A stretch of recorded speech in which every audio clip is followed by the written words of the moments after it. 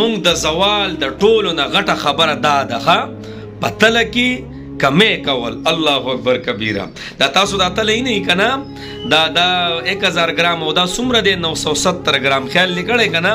الله اکبر کبیره. پدې الله جل شانو قومونه تبا کړی ښا پدې په خپل مې دلی چې لاندې بس مغناطیسي مغناطیسو ویډیو راولې غلوي مولوی سی براشه دا وینه کنا پما به حکمران صحیح راشي خیال لیکړی کنا د قشان ما او تابع منډي وغه پدې باندې الله جل شانو یو قوم تبا کړي او الله جل شانو قرآن کې څه فرمایي ویل للمطففین یعنی تباہی دا بربادی دا هلاکت ته دا چا د پاره د چا څوک چې پته لګي کمې کوي. الله اکبر کبیره.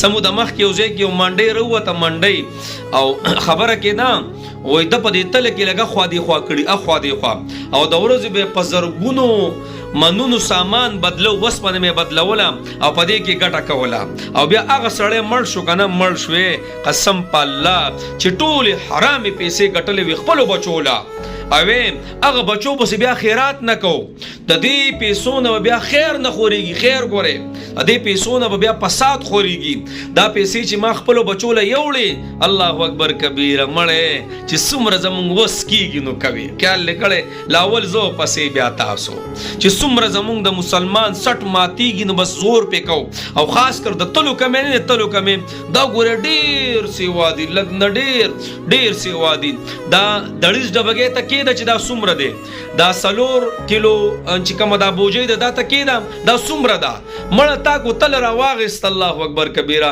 دا علانه والا تر دا سپل د وړو کې پورې موت زیات تر پتول کې کمې کو نو ته وای دا مسلمانی ده.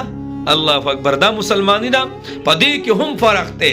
تاسو دا کانه وګورئ څومره دی مړ نو زمان نظام تباہ او برباد دی.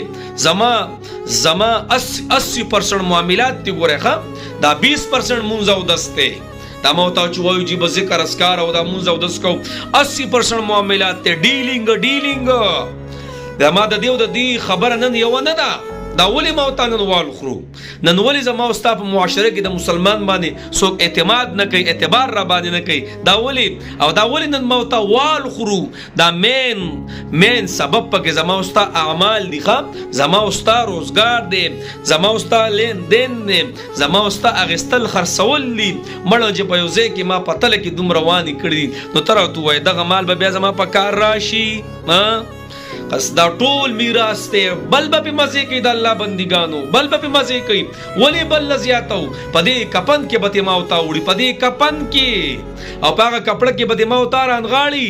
الله اکبر. چې خلک تکرا کې کوي قسم دې د دنیا اخیره موتا نه په دنیا کې پاتې شي او زه دا اوس مازیګر ټیم دی کنه زما کو مرګ رااله مرګو نو او دا شپه په کور رااله نو اړ یو برابر بد وای وای چې بد وکړه چې په شپې په کور باندې رااله او ولې نه خویارم او دا ولې شپه ډیر بد وکړوي او خلک به تنگ کو بیا دغه زندگی د زما. الله اکبر کبیره. نو غرض میدان جی پتلو کې د کمینه ګوره ما او تا بچ شوغه الله په قومونه تبا کړی دي قومونه په هلاک کړي. قران شتا موجود دی احادیث مبارکه شتا د ټولو د خطرناک زوال چې کوم په امت راځي هغه پتل کې د کمې پتل کې د کمې.